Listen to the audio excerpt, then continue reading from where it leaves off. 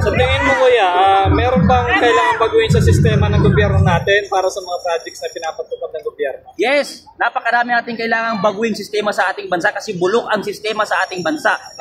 Pagdating sa justice, sa hustisya para sa mahihirap, napakabagal. Pero pagdating sa mga kawatan, magnanakaw, napakabilis. No? So, etong nangyayari sa ating bansa, tingnan niyo lahat ng project natin. Napupunta sa mga kami ng congressman, napupunta sa mga amay ng politiko, pero walang napapatupad sa ating sa ating bansa. Pati yung flood control, wala na eh. At hindi lang ang flood control ang nanakaw sa atin. At galing mismo sa Pangulo nating Presidente ang mupulo kapalpakan. Sa lahat ng zona na sinasabi niya, mahigit 5,500 na po ang flood control na ating natatapos at marami pa tayong tatapusin, sabi niya. So sa zona niya yan. Yes, binagmalaki na yun. So Mr. President, pag zona, yan yung pinakaaabangan ng buong mundo, yung zona.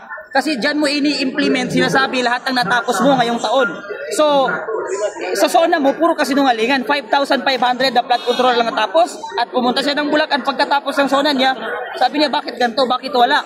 Anong nangyari? Nung governor pa ako, hindi ganito. So, magkaiba po, Mr. President, ang governor, pati ang president. Ang governor, province lang ang hinahawakan. Ang presidente, buong Pilipinas. Kaya wag mong i-compare. Ano masasabi mo? Di ba may audit naman tayo? Ano masasabi mo sa audit natin? Bakit nakakalusot ng mga ganyan kaya sa kanila?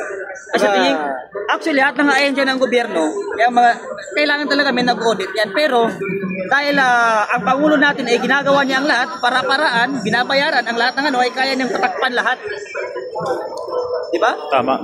Kaya niyang takpan ng pera lahat ang para lang hindi mabuking ang kanyang mga kagaguhan at pagnanakaw sa ating bansa. Oo. So, ibig sabihin, sa tingin mo, may pananagutan ba dito ang Commission on Audit? Yes, dapat. Dapat sila may pananagutan dyan kasi sila ang Commission on Audit at mag-audit sila ng mga project at pera. Tapos hindi nila alam kung saan napupunta.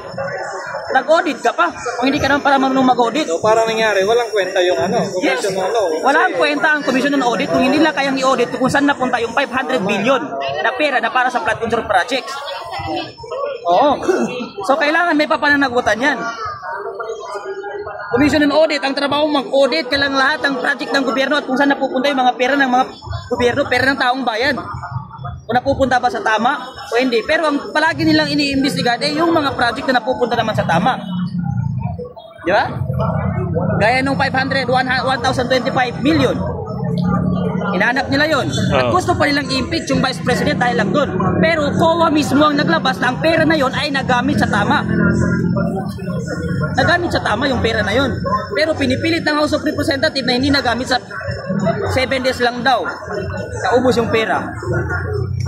Oh. So, yun. Mr. President, wala nang naniniwala sa'yo. Siguro isang presidente hindi naman nakakahiya na ibas ka ng matatanda o mga senior nagrarally. Pero nakakahiya sa isang pangulo na pati yung mga estudyante at kabataan hindi naniniwala sa'yo. Yun. Di ba? Parang napakapangit naman tignan, ikaw ang presidente tapos walang bilid sa'yo mga estudyante at bata. So, Mr. President, mas matalino pa sa kanyang grade 6.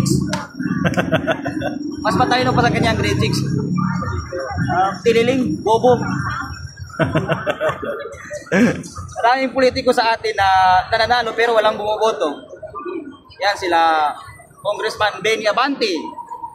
Bakit nga ba nailuklok yun? Ewan ko, Talo na naman. Hindi naman siya binoto ng taong bayan, biglang nanalo ang tiriring.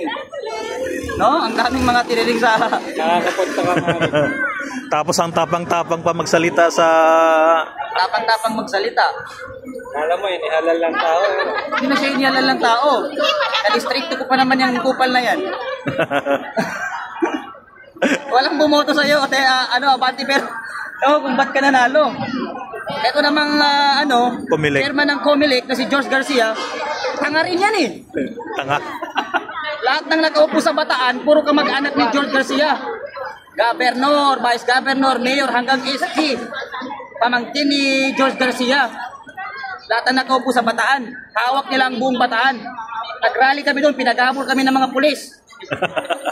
Pwede anong nangyari sa amin, hindi kami umalis. Nag-rally kami sa harap mismo ng City Hall ng Bataan. Pinaghabol kami ng pulis. Yung isang pulis, hindi nakabukas pa yung zipper ng niya eh. Siguro, nagulat kasi sila, bigla kaming dumating. Ayun pala, awak ni George Garcia. Taga doon pala itong si Garcia. na bayaran, sabi ni Atty. Harold. Ano pa yun lang? Yun lang boss, maraming salamat. Maraming salamat. Yan. So, maraming salamat sa Iglesia ni Cristo. So, talagang kitang-kita natin yung pagkakaisa ng Iglesia ni Cristo at talagang nagbibilag sila sa araw para lang maibigay sa taong bayan at sa buong Pilipino yung hustisya na hinahangad natin. Talagang wala silang pakialam sa init ng araw. So, maraming salamat sa mga kapatid nating Iglesia ni Cristo. Mabuhay tayong lahat. Maraming salamat.